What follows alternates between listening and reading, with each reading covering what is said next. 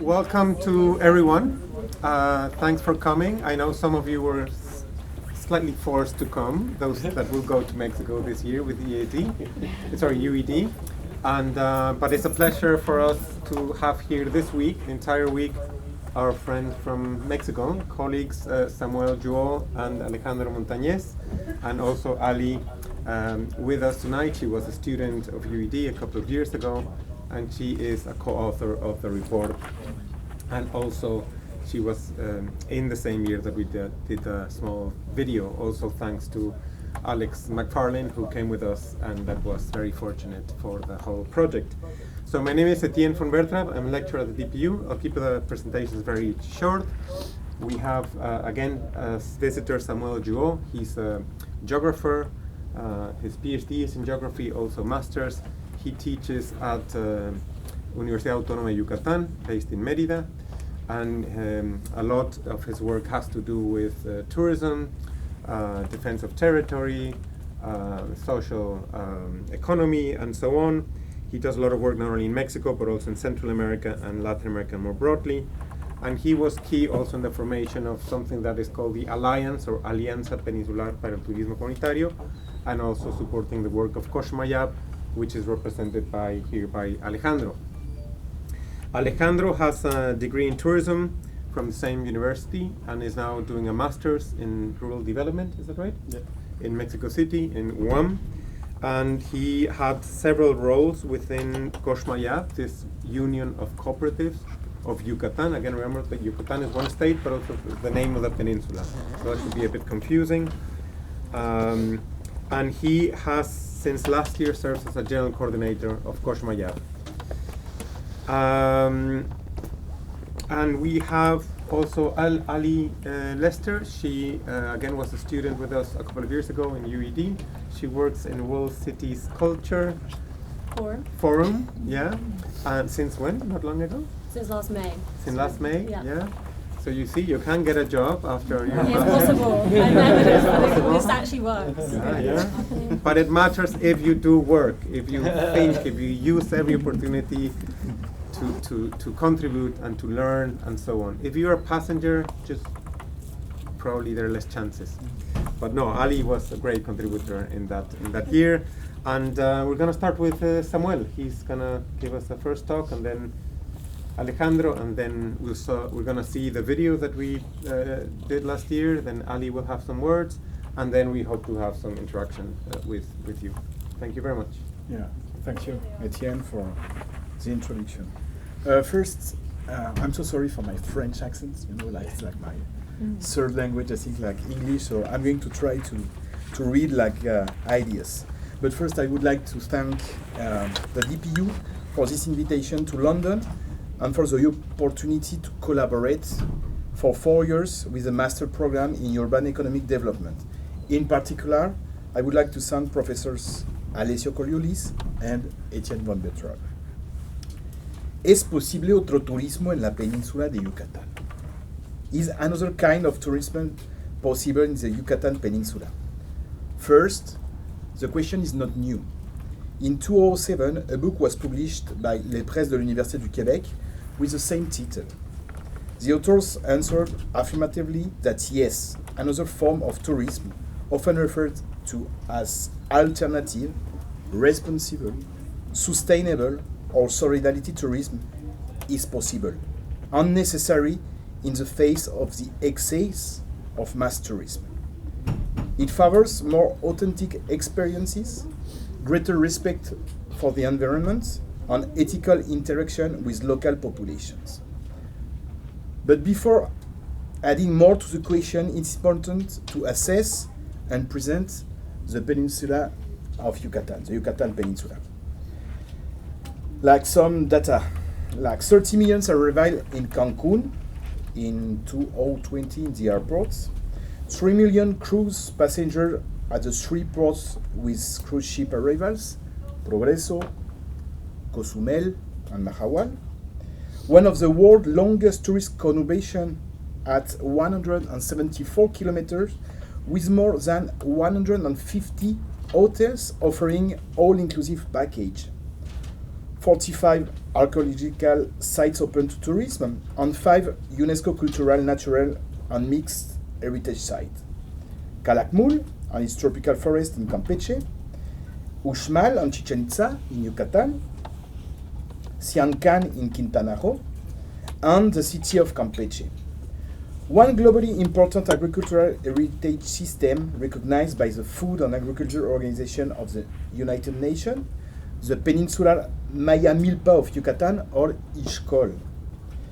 13 magical villages, Izamal, Espita, Motul, Tecash, Cizal, Valladolid in Yucatan, Palisada, Isla Aguada, and Candelaria in Campeche, and in Quintana Roo, Bacarar, Cozumel, Isla Mujeres, and Tulum. More than 60 protected natural areas with federal, state, intermunicipal, and municipal and ejido status. More than 200 collective initiatives dedicated to tourism in rural communities, and that's why, like UCL come in Yucatan, the controversial Mayan train with more 1,500 kilometers of tracks on more than 30 stations and stops. Given this information about touristification in the Yucatan Peninsula, what can we do as a university to reaffirm that other forms of development and tourism are possible? Let's talk about the contribution of the University of Yucatan. The promotion of social projects and social innovation has been very present at the University of Yucatan in recent years, and has permitted to its teaching staff. Thus, the creation of Co'ox Mayab, an union of cooperatives that Alejandro will tell us about in a moment, has responded to 4 objectives. The first one, a multidisciplinary and intercultural approach. The second one, the dialogue of knowledge and co-production of knowledge with community actors through participatory research action. Third, training students in real learning scenarios. And fourth, influencing public policy through academic groups and social organizations. But why create post-capitalist alternatives and space of hope in late capitalism? The analysis of 47 interviews with stakeholders from the Peninsula Alliance for Community Tourism demonstrates that the ability of stakeholders to leverage elements of the language of development and, in particular, conservation, but also post-development. The emphasis of a good living and well-being is quite common, in addition to the appropriation by stakeholders of the role of late community tourism or community-led tourism as a key element in environmental conservation. They do not refer explicitly to post-development or political action and social political organization, but rather to traditional and community-based forms of organization. Collective actions paved the way for the design of a different vision of development. However, as Clément-Marie Dichiro, like your colleagues who work in University of Angers, states in a recent reflection on alternative tourism and post-capitalist alternatives. Despite this notable advance, and also it will be difficult to quantify precisely, any observer can also see that such alternatives are dropped to the oceans, compared to what the tourism industry represents at the regional level.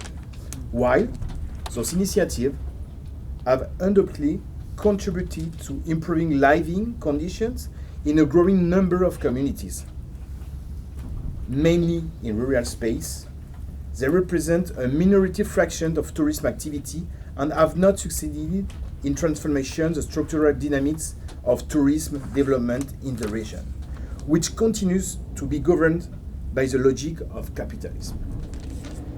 Based on this simple observation, the reflection shifts the focus from the issue of alternative tourism to need to think about alternative tourist policies framed with a post-capitalist agenda. In this sense, Ernest Cañada, other colleagues from Alba Sud, like collective from Catalonia, propose 4 ways to build real utopias, an expression coined by the sociologist Eric Colin Wright, towards post-capitalist tourism. First one, dismantling capitalism. Second one, domesticating capitalism. Third one, resisting capitalism. Or the fourth one, fleeing from capitalism. And other one, the fifth one, undermine capitalism. The collective logic behind the creation of Co'ox Mayab and other networks definitely responds to these real utopias, in their sense that their objective, among others, is to produce deliberate social transformation through intentional and deliberate action. This common testimony of Co'ox Mayab and the DPU comes at time marked in Mexico by the launch of a national community tourism strategy promoted by the President, Claudia Sheinbaum Pardo. So, keep chipping away to promote community-led tourism as a popular and local tourism. Thank you. Thank you very much, Samuel. Again, if you have questions or comments, unless it's burning, let's wait until the end, yeah, but take note. And do you want to perhaps stand, sorry? Thank you, Etienne and Sam, for this introduction.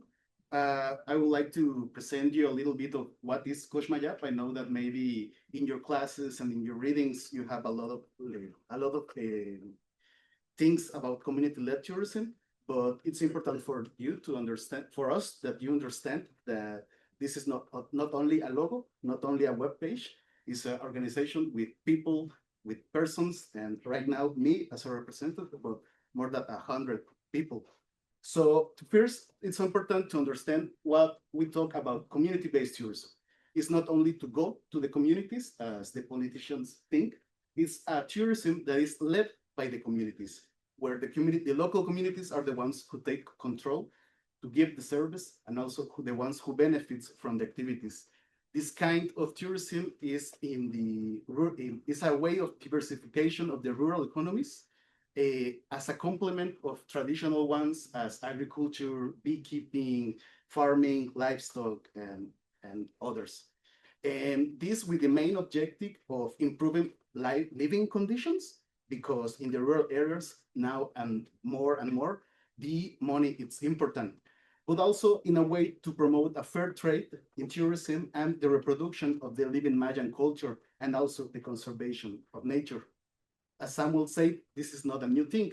There have been more than 25 years of history of local initiatives that started to emerge in different localities in the peninsula, and in the way they started to gather in different networks. One of those, Co'ox Mayab, and later on Caminos Sagrados, and also Consejo de Turismo Rural, and in the last few years, the Alianza Peninsular for Community-Based Tourism. In concrete, who are we in Co'ox Mayab? We are a union of 10 different cooperatives. Those logos are those cooperatives that gather around 107 associates, which 30% of them are women, 85% of them Mayas, and also that generate 113 permanent and temporary jobs. Again, this is not only logos, this is persons. Mario, Manuel, Gloria, Audomaro, Isolina, people who believe that tourism is a way to change their life, and more than 15 years of work, they are doing it in the practice. Where are we? We are distributed in all Yucatan state. We hope that you can get to know some of them, maybe not all. And what we do is that we make tailor-made trips around all the peninsula. We make a shek. Shek, it's like a traditional dish that it's a mix of activities within culture, nature, and adventure and relaxation, but also the service, lodging, food, recreation, and transportation. This service we do in different language, Maya, Spanish, English, and French principal, and we try to promote it in different ways of travel. One of them, Shimbal, it's to travel in Maya. It's like day tours for maybe conventional people that have an interest, but not that much to sleep in the communities maybe. Another one that we work with UCL, Cambal, that it's to learn when we mix the tourist activities, but also with workshop, documentals, and different activities, so the people understand more deeply what we are talking about. Also, Tzikbal, that is to speak, to talk in Maya. There are long circuits for the people who is more interested in maybe 14 days within the communities, 20 days, and principally to French people or from different countries. And the last one, Key Week, that is to make events, for example, a meeting of UNESCO cultural authorities in the communities. And we do different activities. No sé por qué está fallando esto.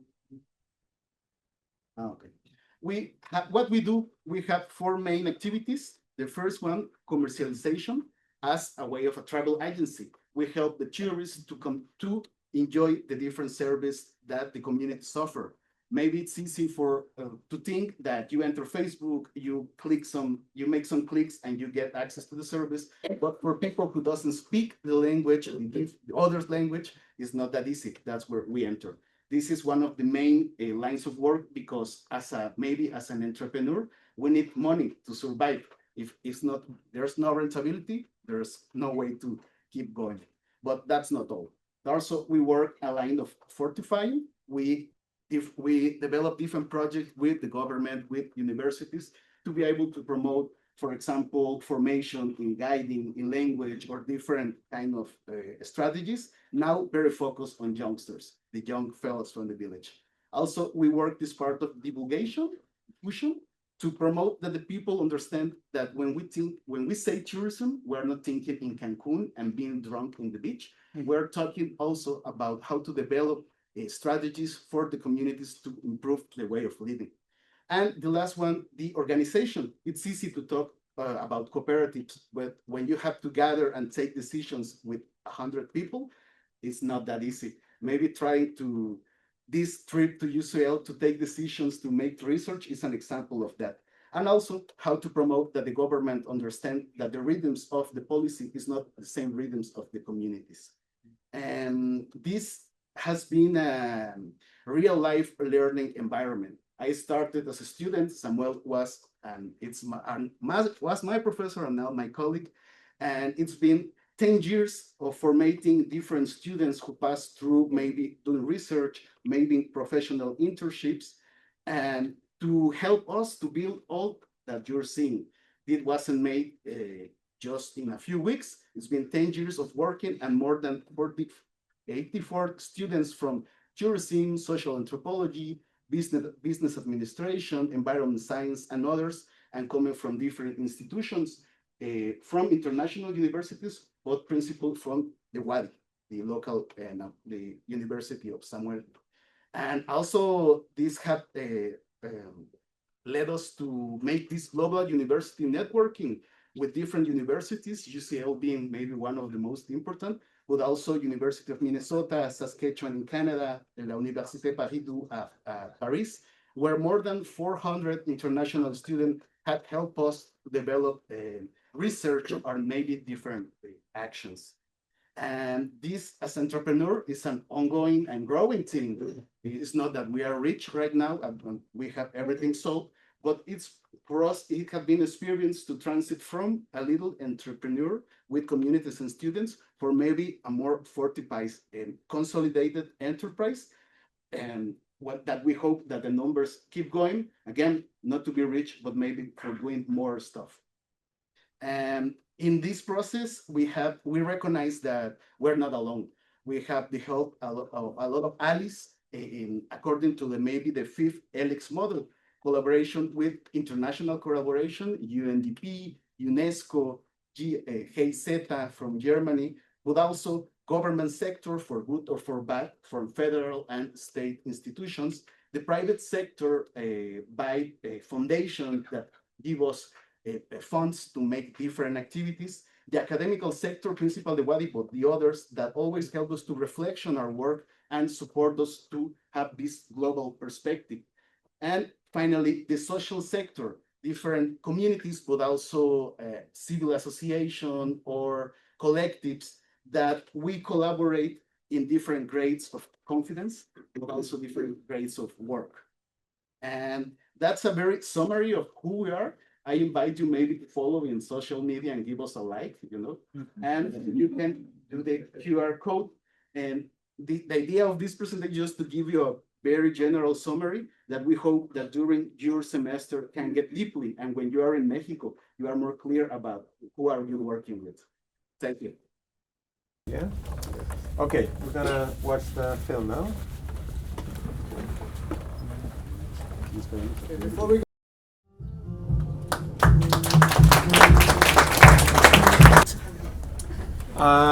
Well, I hope you enjoyed and that it was an invitation to all of you to visit the peninsula. Some of you will inevitably go next April.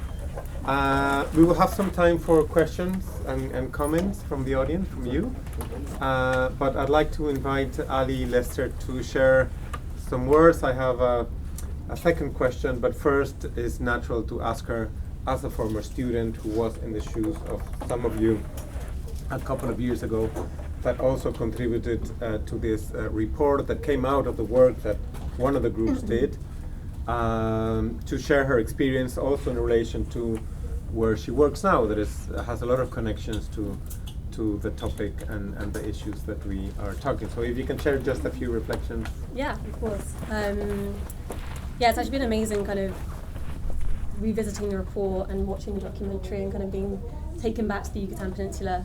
And one of the things that I was reflecting on was really sort of, as an experience as a student, but also co-authoring the report, sort of my understanding of tourism and touristification in the region and how that was really shaped by the experience we had on the field work. And, from the reading we did beforehand to actually being kind of physically in the Yucatan, and those kind of how that shifted over time. So I think, as we saw in the documentary, tourism as a system of power and understanding kind of who owns the land and who's shaping the narrative and who benefits economically from these systems, I think is something that was really, really central to thinking. And sort of as we saw in the documentary, that kind of extractive predatory model that exists on the Riviera Maya, in contrast to kind of the tourism comunitario and getting to visit the cooperatives and seeing those kind of two side by side. And I think, actually, as Etienne said, the 3 days before the fieldwork started, my group and I went to Tulum, and we went to Chichen Itza, and we went to some kind of the cenotes that have been privatized around that area. And I actually think that was really valuable for us to see that kind of form of tourism and see that in practice. And then that kind of really emphasized actually how incredible the work is that's going on in the cooperatives and in the communities we visited. It really kind of actually had such a stark contrast. So that was kind of one of the key things I was reflecting on, was actually those 3 days before were really valuable to see the work that was going on. And then again, reflecting on the report and kind of looking at the 4 cases. Has everyone seen the report that? They will. They're just finishing they're busy with London project. Okay, finish London project, and then when you're done with that, read the report. So my group and I, we worked on 4 case studies and kind of some of the key elements of these cooperatives around sort of collective governance and kind of being rooted in the community, economic diversification, and also kind of the protection of the natural environment and kind of the natural resources there. So that's the kind of the key things that we really witnessed and observed when we were there. And I think as well, obviously the role of Co'ox Mayab and the role of kind of collaboration and the network there and the alianza, how critical that is for the cooperatives there. Again, sort of looking at the documentary, remembering all the kind of actors that are present in the region as well. The one thing we did really early on was map all the stakeholders, and I think that's something that's so important, is actually understanding the structure of what was going on in the region, because there's so many complexities and so many actors involved. So I think that was a really key thing as well, as understanding how that system works. Ali, at the more personal level, again, most of the audience as students will travel in April. We'll spend, it's a very short time, it's not enough time to to live, to feel, to make sense of everything. So it's very compressed. What advice would you give for them to make the most out of the experience? Yeah, it is an incredible experience. I think fieldwork is a lot about listening, observing, ask questions, speak to Alejandro, speak to Samuel, speak to, just take on as much, be curious, ask as many questions as possible. I think another really key thing is, as Alejandro said, these communities, this is their life, this is their livelihood, this really matters to them. So take the time to really, listen, hear their stories, why this is important to them. I think is really, really key. One thing for me was I just basically take notes. It sounds really basic, but take notes, write everything down, take photos. Because when you're back in London, actually taking yourself back to those places and being kind of in that environment, I think is really, really important. We recorded all our conversations, which again was really valuable for our group to kind of go back and transcribe and translate what we had heard in the field. So yeah, those would be the key things. Also teamwork. We had an amazing team. I'm a bit sad that some of my team can't be here today because it was a real incredible experience. Pressure is online. Pressure is online, and Pablo, shout out Pablo, Jada, Lucy, the rest of the group. Yeah, I think it's a really amazing opportunity to come together and collaborate and work on something really, really brilliant. So take that opportunity and enjoy it, definitely. Thank you so much. And we're going to open the floor to your questions. I just want to thank Alessio, that has been key in all these years, Alex, who directed and shot all the material, and we together created this film, and again to all of you, and to Doña Neima and Manuel and everyone who, Gloria, who also is featured in just some of the voices of the people, the key people that we've been working with. And also thank you to the people online. There are a few people connected online. Thank you for Giuliano, being there. Maria Jose. And sorry, and Maria Jose, and Carmen, and Jing, and Giuliano. Sorry, all of you, thank you so much. And we are going to now open the floor, and then I have a few announcements briefly at the end. Who would like to make a question? Yep, can you please stand? Yep. Great video, great presentation, thank you. I guess on a very broad level, how do you stop yourselves from getting discouraged? I mean, you talk about capitalism and urban economic development, we talk about globalization, all these things that basically involve extracting resources from the community, making everything super transactional, forcing people in the local community to now work for some land developer that's coming in and building a hotel. In terms of your cooperatives and your coalitions, I guess, how do you just sustain that forward momentum and stop yourselves from falling into this place of well, the government doesn't seem to care, they're paying us lip service, but they don't actually change, you mentioned fleeing from capitalism, all these things, is there a way that you're able to actually do that within this larger overarching force that you're working against, essentially? I know that's not easy. Can you briefly introduce yourself? Oh, I'm Kelly. I'm from UADY, and I will be. Okay, so she will go. Okay, shall we take 3 questions and then Sure. you're right? Okay. Another. Yes? Yeah. Can you introduce yourself, please? My name is Mai, also from UADY.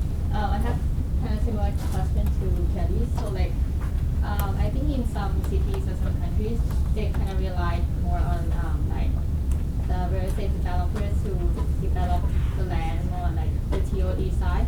So what's the case of Tren Maya and why maybe the TOD theory doesn't work there? Okay, yes? I have a third question, because it leads on over from what they just said from ex-UD.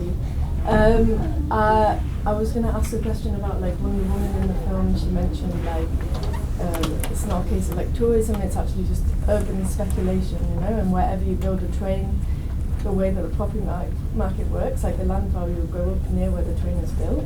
I haven't read your report, sorry, but yeah.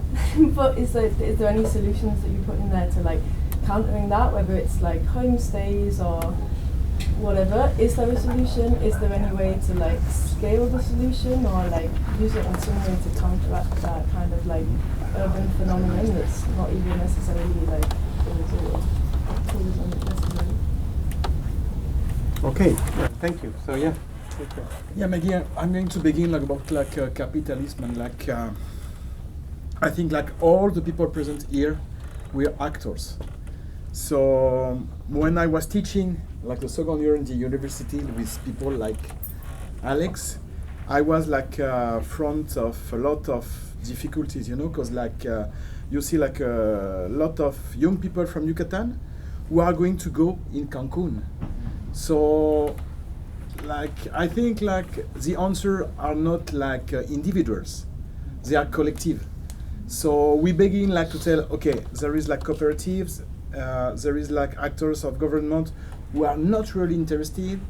There are people who make maybe stakeholders of or other kind of consultants who are here, and we are here. We are us in the university, and in the public university. I think where we are students or professor in a public university, we have responsibilities, and one of these responsibilities is I think to build, or maybe first to think, or maybe first to be conscious of our world, of the difference of the globalization of this world, and the difference of a lot of I think different types of world in this world. So that's why that we think about to construct a collective, but with a dialogue, dialogic experience between the social organizations and the academic ideas. But I think there is a rule. If there is one rule, it's the equality.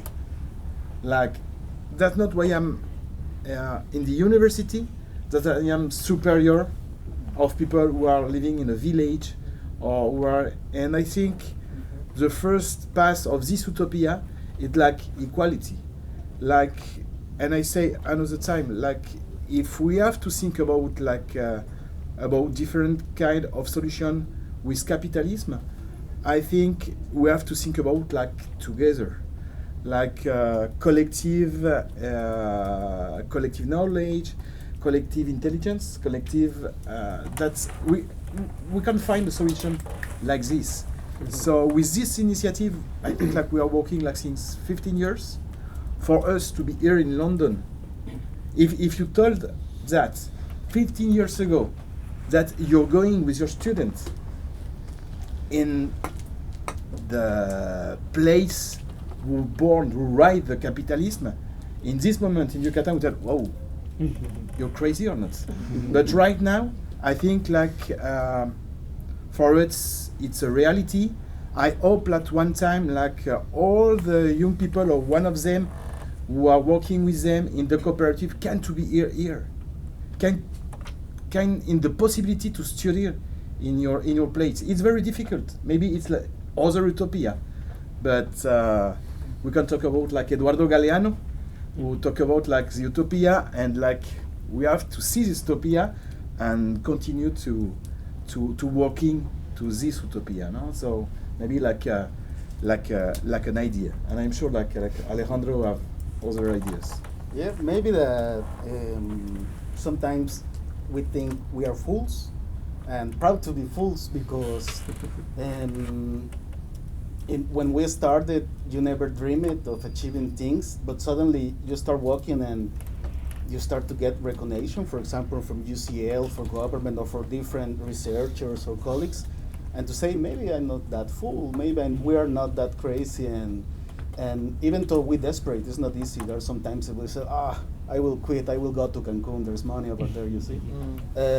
But again, to work with the communities, with the cooperatives, and that they have a more complex reality, more complex in a way of, because I'm from the city also, you see. I had the opportunity, the privilege of an education, university education, and even talking with them and realizing that we don't have, we might not win the war, but we win some battles. Things are changing step by step, I think in France right now, Manuelito, that he had the opportunity to travel, to do other things, and now he's doing another things in his community. But we are seeing this 15 years from when we started, so we don't rush. We know that it's step by step, and maybe the changes won't be seen by me, but by my children's maybe, or my grandchildren's, who knows. So we try to keep that focus. It's not a fast solution. And even to link it with for example, the real estate problem, that also when we collaborate with universities or different actors, and we generate this kind of media, because also Alex, in few days, he had a lot of material and make this great video, but these kind of results help us, so the government understand that something is not good. And sometimes we have more recognition from international collaboration rather from the same Mexican ones. And these kind of things will keep us saying we're not alone. We might do some things, and also we are not the only ones. There are other initiatives who are more confrontive in defending the territory from real estate and the selling of the lands. But our examples also show them that there are roads, there are ways to support, to defend, and to keep that hope living. That's my And we have another round. We have time for another set of comments or questions. Yeah? Sorry. Yeah? And Maria. I have a question. I actually came to ask this question, but I feel like it's maybe not so relevant. But basically, my family's from the Catalan coast of Spain, in a town that's basically built for tourists and their consumption. And there's lots of land policy or regulation where there's, I don't know, like after 6 p.m. on the beach, there's not any live music because the person who's the mayor also owns the shopping centre and all the hotels, so he's trying to get people to stop being on the beach and having a good time and go spend their money in the shopping centre or whatever. And I was wondering, what do you think is a way of shifting focus from making tourism better and integrating communities in providing services for consumption onto how do you make tourism kind of work with place making and just making somewhere a nice place to live, so that people can continue making their culture or playing their live music. Sorry, I'm getting really No, they can keep on making their live music on the beach instead of like making it for people to consume. Yeah. And you study at UCL? UDP. UDP, okay. Thank you very much. Mariel? Thank you for the presentation. I have 2 questions for the first time. One, choose one. My main question, I guess, is there is going to be a change because of the Mayan train, and a lot more people are coming, and they're coming soon. And how do you feel? Are you worried about anything from the shift of more people coming? What is that gonna impact, or are you redirecting the organization of community tourism? Is there any changes that has to be done? Is there any preparations toward that? How do you feel existentially in this in this change that is going on? Okay, and lastly, Alessio?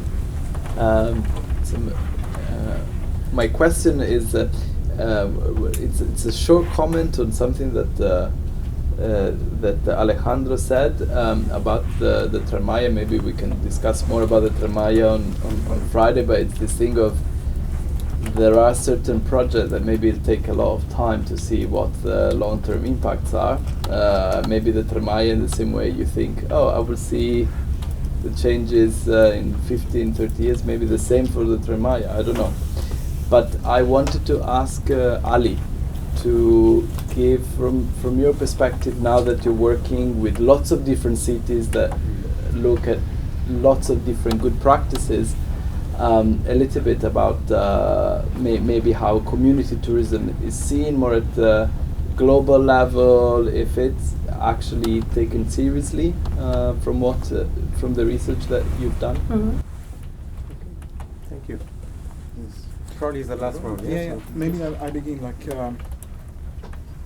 with this question about touristification. Where is the tourist is not present? Tourist is present like in all places, not only in the world. Like we know that in the moon, like there is tourists.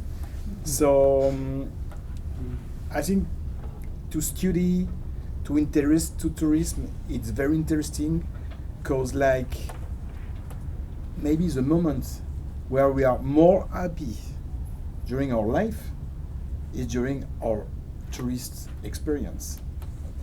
So I think it's really important to think how we have to make more legislation about tourism.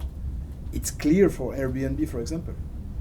It's clear for all those platforms who worked with like precarity and all the stuff. But tourism is going to increase, to be like more and more and more. There is no doubt about that. No, during the pandemic, like they tell us that now tourism is going to be like increased, decreased, and we saw like maybe like 1 year after or 1 year and a half, like 18 months after, like tourism, it was like on this increase. So for me, one of the question is depends or not depends about the tourism. And for example, in the communities that we are working,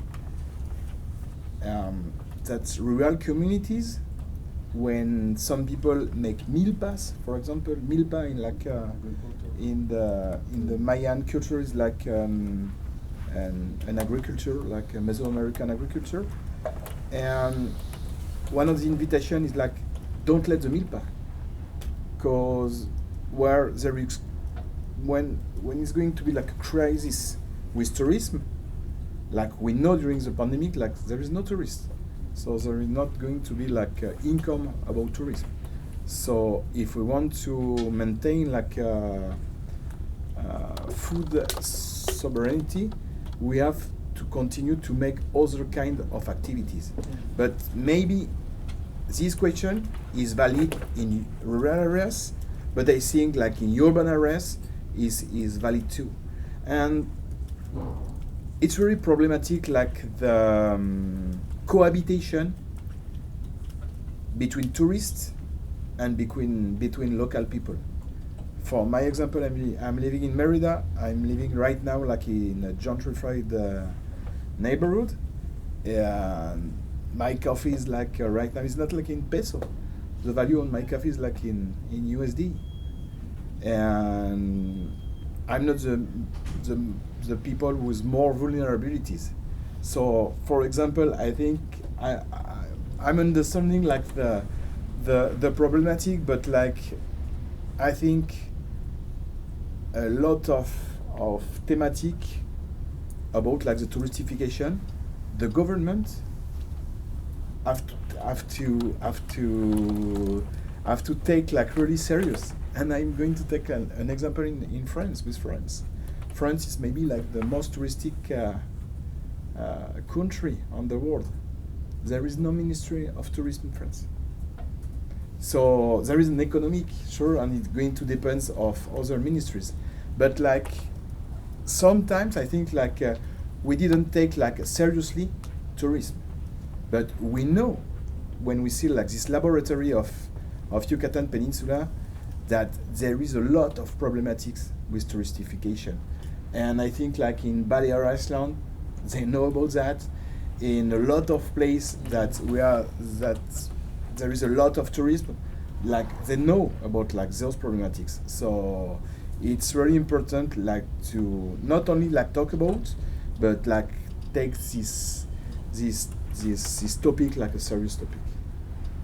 Yeah, I will compliment maybe that it's a narrative battle, because sometimes we tend to determine that everything is in the mark of capitalism, So we don't think de fuera, outside that mark, and how to recognize that there are different initiatives here in tourism, maybe one, but to recognize them, and as a consumer, as a tourist consumer, take the decisions to try it, as the way we consume maybe agroecological coffee and not necessarily Starbucks, or a way we can buy a community-based tourism that not only Cancun mass tourism. In that point, the battle of narratives, how in the universities we need to promote them, we need to reflection them, we need to recognize them, and to put it on the frame. Because if we don't, we have the battle is lost. And link it to that, how we are getting prepared for that. I mean, with the communities, we are working together. So when this tourism is start to grow, we derivate, or we try to bring them to community-based tourism, but not only to crazy consumption, and as a conscious way of traveling, not only focus on the fun or this experience, but also the learning. Sometimes learning is not in good experience. Also the bad experience are the ones that contrast us and makes us grow our way to think reality. But that's reality, you know, not everything is a good story. There's also a lot of hitness, sleeping with bugs in Ekbaland maybe. Some people don't like it, but that's Ekbaland, that's nature, that's Mayan population. So we're making those efforts. And it's hard because when you enter Facebook, it's easier to find Xcaret maybe, and not necessarily Co'ox Mayab, because we don't have the income. And in that way, UCL and different initiatives help us to spread the word and say, hey, that's not the only kind of tourism that exists. Okay, we need to finish the event. Thank you so. Ali, you want to say something? Yeah. Sorry. Oh, Yeah. Sorry, Leslie's you had a. question. Yeah. Sorry. That's okay. No. I think, yeah, in terms of our research, I work for an organisation called World Cities Culture Forum. So we're a network of cultural leaders across 50 global cities, and you know, within that network, our cities have 260 million residents. They welcome 1.3 billion visitors to the city. So like tourism is a really fundamental kind of policy issue for the cities. And yeah, thinking about sort of, cities are thinking about ways in which to kind of manage tourism and the impacts and the kind of pressure that puts on ecosystems in the city, on communities in the city. And so yeah, we produced this report last year and did research across the cities, and tourism was one of the kind of key policy areas that came through from our cities. And there are a few projects and examples of community-based tourism. There's one in Jakarta, kind of a cultural villages program, which is kind of similar to Ekbalam. We can kind of go and stay with the community and kind of learn about ways of living, and you can go and do that. But it's not as prevalent kind of in the cities that we work with across the network.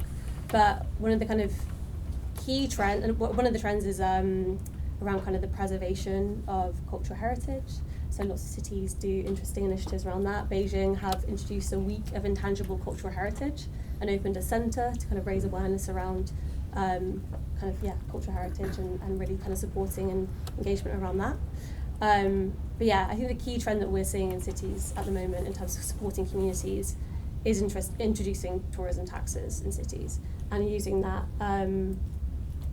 revenue to really like reinvest into culture, reinvest into communities and infrastructure for communities, supporting those ecosystems, and kind of longer term kind of public value for cities really. So that's sort of the trend that we're seeing in the city kind of the global scale. But there are kind of examples of projects of community-based tourism, but I think that's from the city level, that's more of the key trend is around. Thank you so much. Okay, thanks to all of you who came tonight. Thanks to Ali, to Alejandro, to Samuel, again, Alec, Giuliano, everyone here, also to the people present online. And don't forget that we have still Alejandro, Samuel, the rest of the week, particularly the UED students, but also Mariel, you're from Cancun. You know, you're welcome to interact with them. I think we have a busy couple of days, but they're still around. And again, you're invited Friday to the book launch and discussion on the Tren Maya. And thanks to all of you. Good evening.